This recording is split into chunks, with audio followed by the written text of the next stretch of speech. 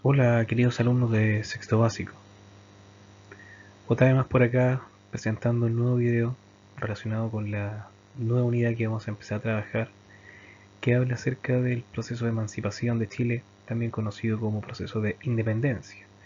Ahora, una salvedad, y siempre hago esta aclaración: yo generalmente en esta unidad no hablo mucho de la independencia de Chile. Claro, hay que hablar de ella porque en realidad eso es lo que se consigue después de este proceso, pero todo esto es el proceso de emancipación. La independencia es un acontecimiento que se logra a partir en una fecha determinada. Pero todo esto es parte del proceso de emancipación. Entonces, cuando habla de emancipación, ustedes hagan el sinónimo de independencia de Chile. Así no se vayan a confundir. Entonces, recuerden que este video es un complemento de lo que estamos trabajando en las clases online. Y además que va una guía escrita para que ustedes trabajen y también vayan profundizando mucho más los contenidos. Bueno, partimos. Entonces, bueno, hecha la aclaración con respecto a el nombre de esta unidad, es que vamos a ver que este proceso de emancipación es la serie de acontecimientos que se desarrolla entre el año 1810 y el año 1823 y que tiene como finalidad el que parte de Chile logre su independencia, o sea, su autonomía en relación a dejar de depender de la monarquía española. Este proceso de emancipación se compone de tres subperiodos, por así decirlo, cada uno con fechas claramente definidas y también a partir de acontecimientos claramente definidos. Y obviamente cada uno de estos periodos tiene una característica que ya vamos a conocer más adelante. Lo esencial es que oficialmente todo esto comienza el año 1810 y se extiende hasta el año 1823. Se inicia con la primera junta de gobierno y finaliza, ojo, con la renuncia de Bernardo Higgins. O sea, el proceso de emancipación no termina con la obtención en realidad con la firma del Acta de Independencia de Chile, sino que se extiende hasta que O'Higgins renuncie el año 1823.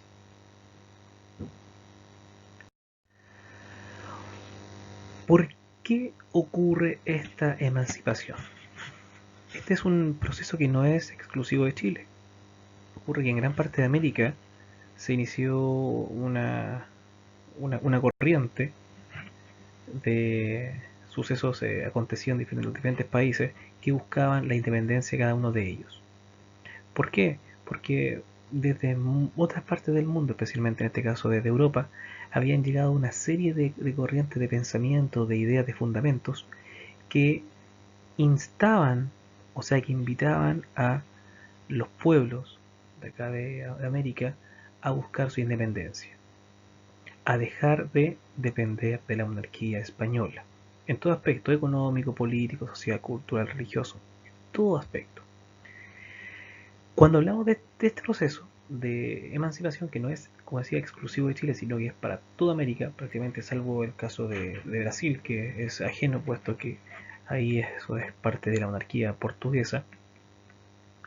Cuando hablamos de este proceso, y para el caso de Chile también se incluye, hay tres causas externas que van a influir en el inicio de este proceso.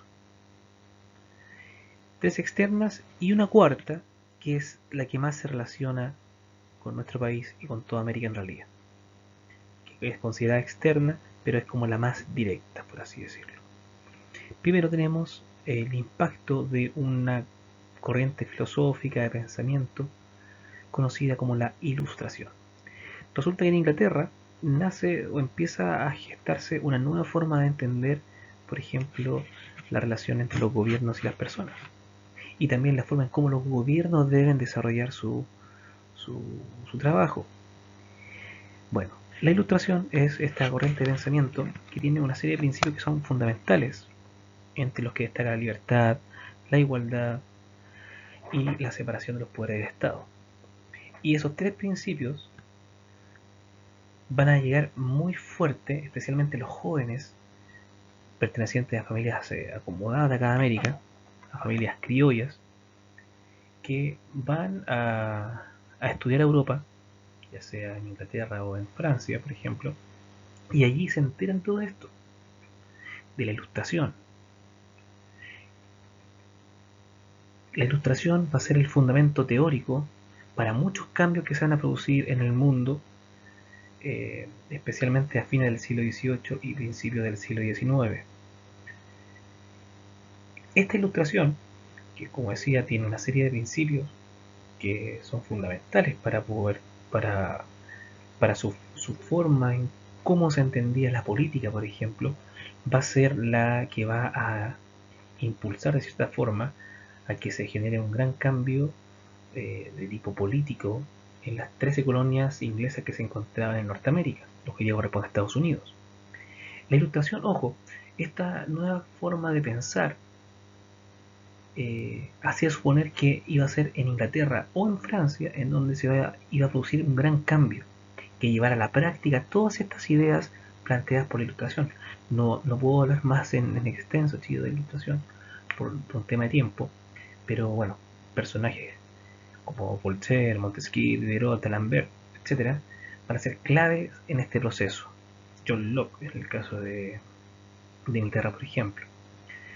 Como decía, todos pensaban que iba a ser en Europa el gran cambio que iba a ocurrir, pero no fue así. Va a ser al otro lado del Atlántico, en estas 13 colonias, como decía, de Norteamérica, colonias que pertenecían a Inglaterra. Por diferentes motivos, las colonias estaban muy descontentas por el actuar de Inglaterra, especialmente ante el alza del impuesto hacia el té, por ejemplo, lo cual va, y por lo más el té era un producto muy cotizado, y si aumentaba el valor, obviamente eso se veía reflejado en el gasto de todas las familias de estas colonias que se encontraban en Norteamérica. A modo de protesta, por ahí está lo que se llama el motín del té, que es cuando se arrojan una carga entera de té al mar a modo de protesta ahí, queriendo decir, ojo, si ustedes no suben el impuesto del té, nosotros de alguna forma vamos a responder. Y así como en Estados Unidos se inicia eh, la guerra de la independencia de Estados Unidos, independencia que Estados Unidos logra eh, plasmar el día 4 de julio de 1776 con la firma de la Acta de Independencia. Eh, este proceso se extiende un año más, pero al fin y al cabo eso es un acontecimiento trascendental, y esto da a entender que los ideales de la ilustración es posible ponerlos en práctica. Ocurre que estas colonias, que dependían de Inglaterra, estaban bajo un sistema, por ejemplo, de monopolio comercial, igual que lo que existía aquí en América durante la colonia. Eh, y ese monopolio, atención, únicamente beneficiaba a la metrópolis. Para el caso de Estados Unidos, beneficiaba solamente a Inglaterra. Y para el caso de acá, de América, beneficiaba únicamente a España. Y si hablamos de libertad, que es un principio de ilustración, no puede existir un monopolio económico o de cualquier tipo. Todo debe ser libre. Entonces Estados Unidos pone en práctica todos estos ideales de la ilustración y logra su independencia. Y atención, que ese acontecimiento de alguna forma sirve como estímulo para que las colonias americanas que pertenecían a España también buscaran su independencia. Decíamos, por ejemplo, si los vecinos del norte lograron independizarse, quizás nosotros también. Pero atención, hablar de independencia acá en América era muy poco probable. Lo que se buscaban eran cambios en un principio, no la independencia total. Ya vamos a hablar un poquito más en extenso en relación a ello. Bueno, esto ocurre en Estados Unidos, influenciado por la ilustración, también va a generar un gran cambio en Francia, a partir de la Revolución Francesa. Por diferentes motivos Francia se encontraba en crisis, había problemas sociales, problemas económicos, y de un momento a otro va a desaparecer la monarquía francesa y se va a dar inicio a un tipo de gobierno conocido como república. República que también es un resultado de la existencia de estos principios de la ilustración que dije anteriormente: libertad, igualdad y separación del poder del Estado, por ejemplo. Entonces, Esta ilustración, la independencia de Estados Unidos y la Revolución Francesa, van a ser ejemplos para seguir acá en América por parte de nuestras colonias. Y otro acontecimiento que también está relacionado con la Revolución Francesa es la invasión de España por Napoleón. Ese acontecimiento va a significar que cuando Napoleón atraviesa por España con la intención de llegar a Portugal, va a apresar al entonces rey Fernando VII, que era el rey de España. Y si ustedes recuerdan, y yo en más de alguna ocasión se los comenté, atención, América no es de los españoles, según lo que se pensaba en ese entonces. América era del rey de España. Entonces, el vínculo que existía entre América y España era la figura del rey. Pero el rey fue tomado preso y en su reemplazo Napoleón Bonaparte dejó a su hermano José Bonaparte como rey, o sea, un rey que no era legítimo. Y cuando el rey no está presente, se entendía que el poder volvía a la gente. Ojo con eso, que va a ser un elemento fundamental para entender todo el desarrollo de este proceso. Ahora bien, estas son las causas externas. Ahora, cosas que directamente nos, nos competen acá en Chile, está por ejemplo el descontento criollo. Si ustedes recuerdan, y eso se trabajó el año pasado en quinto básico, la pirámide social de la colonia estaba encabezada por los españoles y luego tenemos a los criollos. Recuerden que los criollos son los hijos de españoles que han nacido acá en América, que desde el punto de vista cultural, económico, eran similares a los españoles, pero por haber nacido acá en América, estaban, por así decirlo, un peldaño más abajo en esta pirámide social. Los criollos sentían descontento porque los españoles acaparaban especialmente todos los puestos, los altos cargos políticos, y los criollos no podían participar, aun cuando tenían una cultura muy elevada. Muchos de ellos estudiaban en Europa, muchos de ellos tenían eh, grandes riquezas, pero existía esta diferencia entre los españoles que nacían en la península y los españoles, comillas, que nacían acá en América. Entonces se fue gestando esta especie de descontento, de malestar, de por qué ellos sí y nosotros no. A eso se le suma también, y que va a producir un mayor descontento por lo demás, la expulsión de los jesuitas. Los jesuitas fueron una orden muy importante durante todo el proceso de la colonia, desde el punto de vista cultural, porque ellos eh, desempeñaban la función de educar, y además que manejaban grandes riquezas, eran dueños de extensos territorios, perdón, eh, lo cual de alguna forma va a ser una especie de amenaza hacia la figura del rey, puesto que una orden religiosa acá en América acaparaba quizás más trascendencia, tenía más importancia política, cultural, económica, que sé yo, que el mismo rey de España. Entonces ocurre que el año 1767 son expulsados los jesuitas y España se queda con todas las posesiones de los jesuitas acá en América. Entonces ocurre que los jesuitas, como decía, que habían controlado la educación, mantenían muy buena relación con las familias criollas, las familias más acaudaladas. Y cuando son expulsados, obviamente la gente se resiente mucho y eh, critica esta decisión. También se critica el tema económico. Recuerden que existe un monopolio comercial, en donde España es quien pone las reglas del juego, quien fija los precios, las cantidades que se venden, lo cual va en contra de una libertad económica. ¿Y a qué me refiero con eso? Que aquí en América los criollos, como decía, tenían un poder económico bastante alto, tenían grandes tierras, ellos dominaban las haciendas, que fueron la base de la economía colonial, aquí en Chile por ejemplo, pero que ellos no alcanzaban ese desarrollo económico, puesto que al haber un monopolio se les coartaba la posibilidad de vender más caro o vender en mayor cantidad, porque España, como decía, era quien regía todo eso.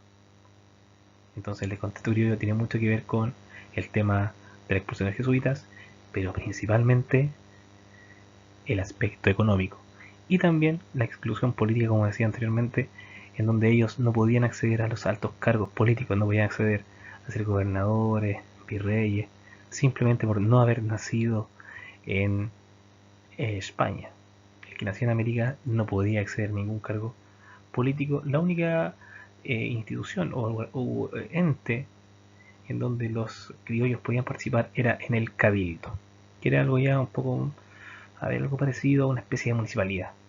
Se ocupaban principalmente de cosas más domésticas y no tenía tanta trascendencia, al menos durante la colonia canábica. Eh, bueno, es así como se va a ir gestando todo esto, este malestar, este descontento, especialmente de los criollos. Atención a castillos, no lo olviden, todo este proceso de emancipación no nace de la gente más pobre de América, no nace de la gente que se dedica a la agricultura, a la ganadería, nace de aquellos grupos que dominan la economía, nacen de aquellos grupos más cultos que van a estudiar a Europa. La emancipación de América nace de los criollos. Claro, después la gente los va a ayudar, va a ser parte de, pero la independencia no se buscó por parte de los criollos para que la gente más pobre resultara beneficiada. Lamentablemente, chicos, si esto es así, los criollos buscaban su beneficio. Y bueno, como resultado también supuestamente la gente más pobre se iba a ver beneficiada. Ocurre que, como decía, tras el encarcelamiento del rey Fernando VII, aquí en América empiezan a ocurrir situaciones bien extrañas. Eh, los gobernadores que iban a estar en las diferentes partes de América muchas veces no eran precisamente los más idóneos para el cargo. Generalmente eran soldados. Recuerden que Chile, aparte de ser una gobernación, también constituye una capitanía debido a esta constante situación de guerra que se vivía especialmente al sur del río Biobío. Entonces, en el cargo habían militares que, desde el punto de vista militar, eran muy buenos, pero que para gobernar y tener esta relación con la sociedad, especialmente con la gente más acomodada, les costaba muchas veces. Y ocurre que al inicio del proceso de emancipación en Chile se encontraba la gobernación en manos de el gobernador García Carrasco, quien, bueno, militarmente digo, no es que los militares sean todos iguales, pero carecían de ciertas aptitudes para poder desempeñar el cargo, en este caso de gobernador, y toma algunas medidas un tanto apresuradas ante los posibles movimientos o cambios políticos que se podían producir. Él manda a encarcelar a 3 vecinos muy distinguidos de la ciudad de Santiago y la gente obviamente empieza a reclamar.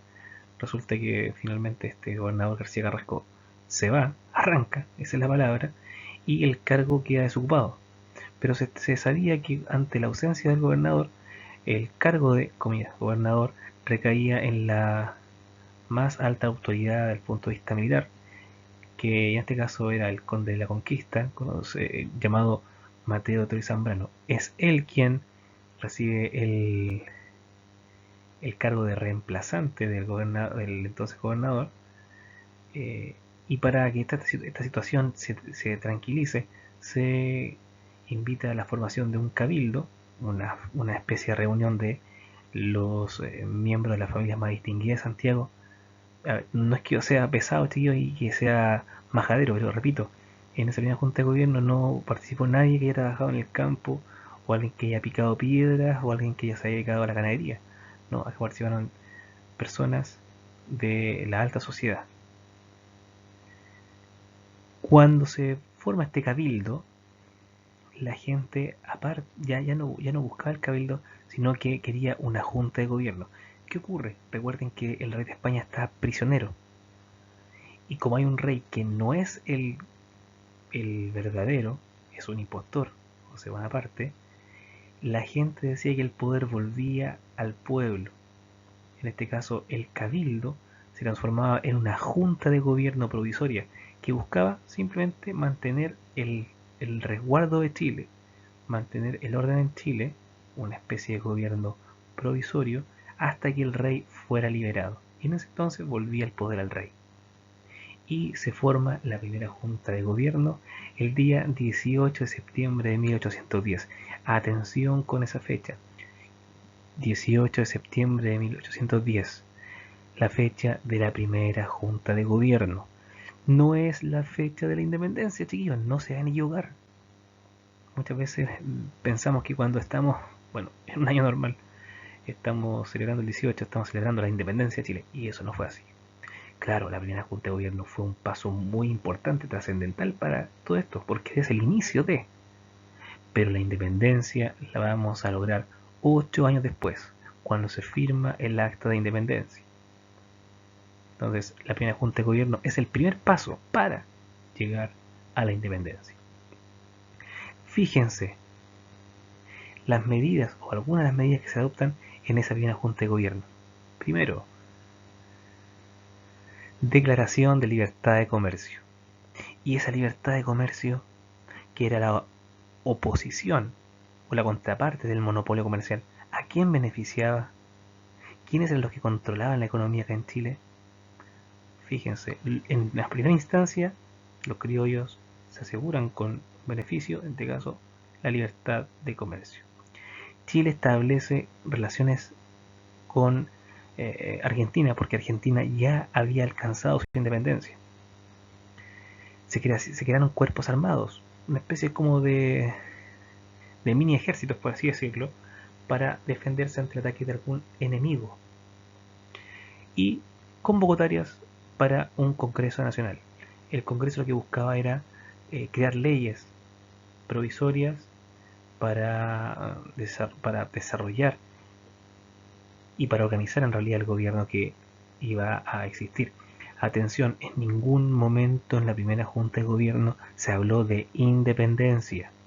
La primera junta de gobierno tenía la intención de salvaguardar los intereses del rey mientras él se encontraba prisionero. Y supuestamente cuando él estuviese libre, se disolvían las juntas y el poder volvía al rey.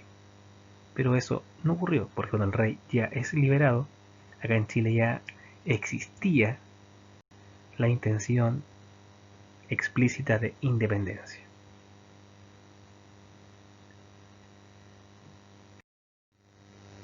La primera etapa de la independencia de Chile fue la Patria Vieja, que se extiende, bueno, como decía, desde los primeros juntas de gobierno, el 18 de septiembre de 1810, hasta el llamado desastre de Rancagua, el año 1814. En esos años van a existir varios cambios en cuanto a la forma en cómo Chile se va a gobernar.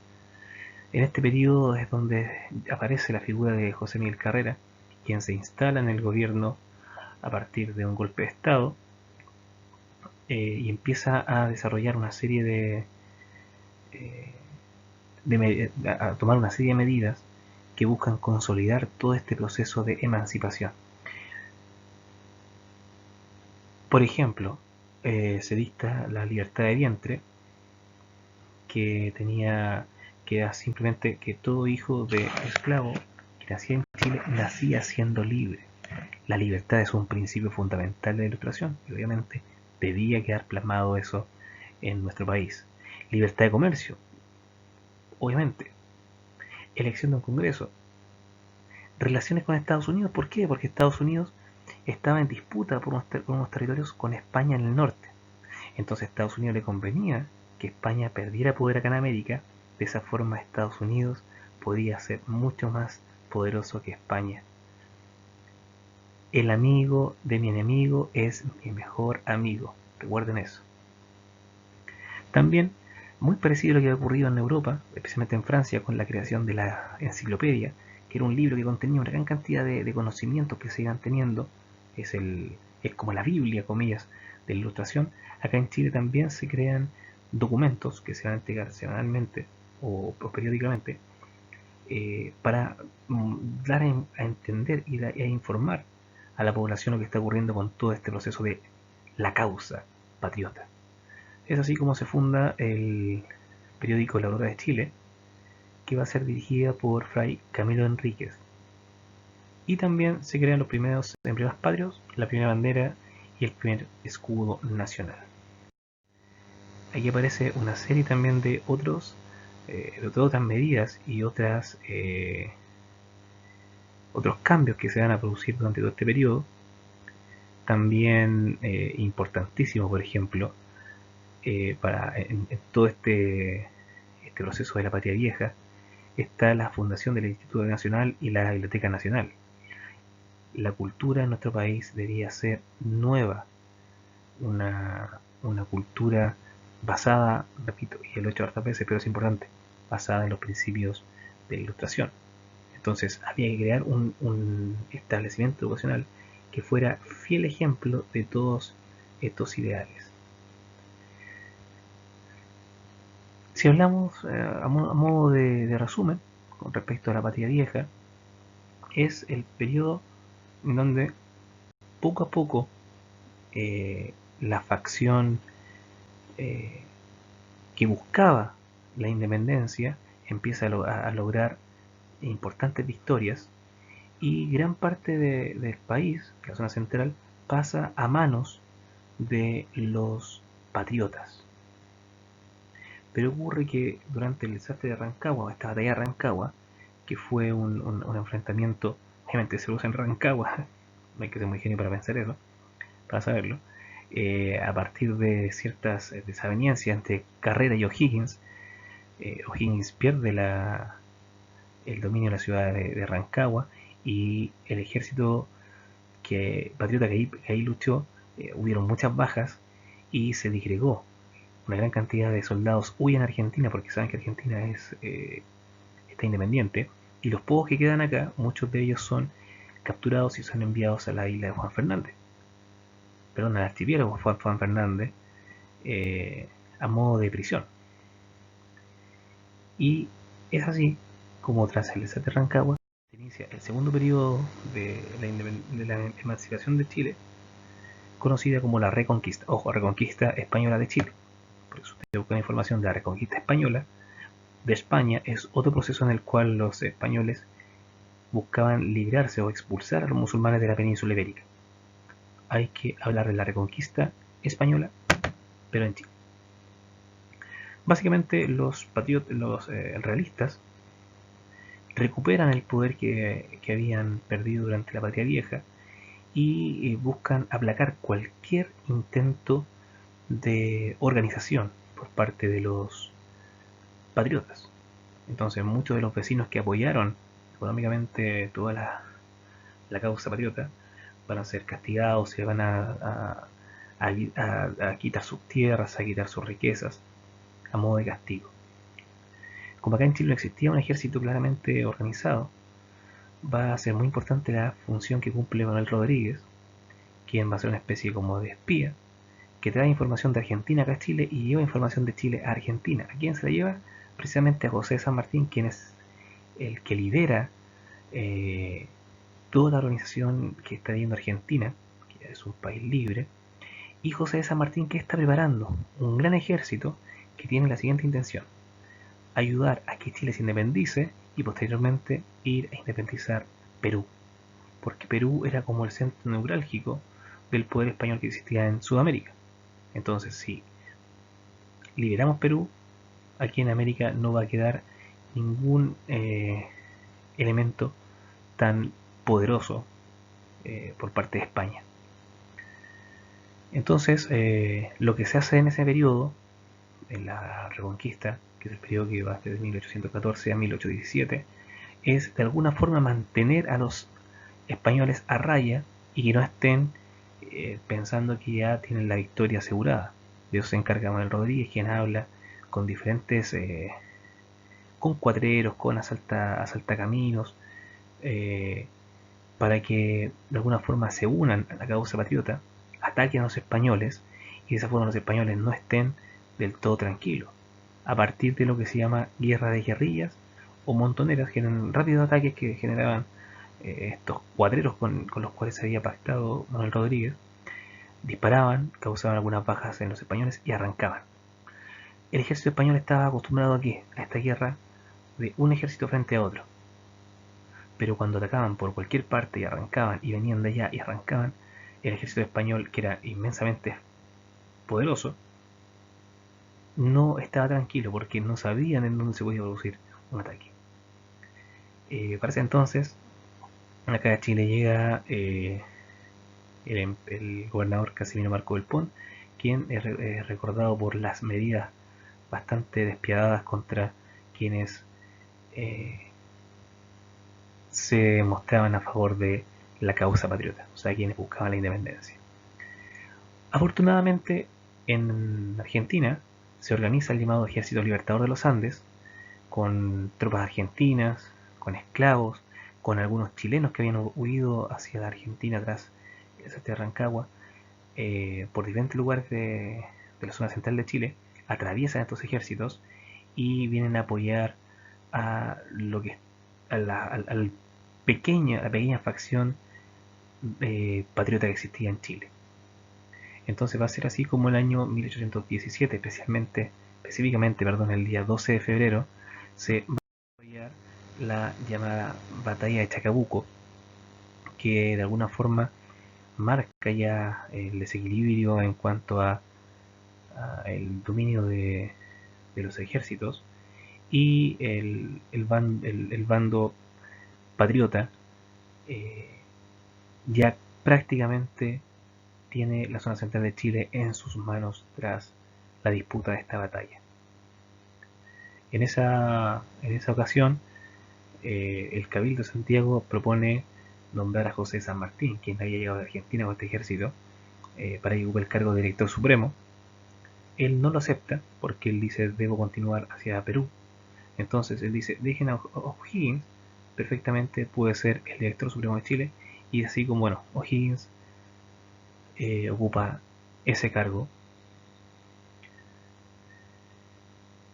Un año después de el desarrollo de la batalla de Chacabuco, se produce, se hace la firma del Acta de Independencia de Chile el 12 de febrero pero de 1818, en donde, bueno, Chile ya demostraba ser un país autónomo, aun cuando en Chile aún quedaban ciertas zonas que estaban ocupadas por españoles. Va a ser así como definitivamente el día 5 de abril de 1818 se lleva a cabo la batalla de Maipú, que es la batalla definitiva en la cual los patriotas logran vencer a los españoles, aun cuando Chiloé, la isla de Chiloé, va a seguir perteneciendo a España por varios años más. O'Higgins cuando asume el cargo de editor supremo, va a desarrollar una serie de obras. eh, Bajo su gobierno se crea la bandera y el escudo actual. Se lleva a cabo la construcción del cementerio general y la creación del mercado de abastos, mercado central de Santiago. Se crea la Alameda de las Delicias, que es una réplica quizás de lo que ocurre en Francia con los campos elíseos. Y también, bueno, se crea en Valparaíso un cementerio de disidentes que es para personas que no son católicas. Lamentablemente para las pretensiones de O'Higgins, su gobierno no fue del todo tranquilo. Por lo demás, Chile estaba en una situación económica bastante delicada. Una guerra siempre significa mucho gasto. Y O'Higgins va a estar constantemente siendo atacado por una parte de la sociedad que había apoyado en su momento a José Miguel Carrera, y ellos precisamente acusaban a O'Higgins de ser el responsable de la muerte de los hermanos Carrera y también de Manuel Rodríguez. Fue así como tras varios años de una situación bastante compleja para O'Higgins, él decide renunciar con la intención de impedir de esa manera una guerra civil que iba a llevar al derramamiento de sangre precisamente de chilenos que se enfrentaban contra chilenos. Y de esa forma, tras la renuncia de O'Higgins, es que se pone fin a este proceso conocido como emancipación de Chile.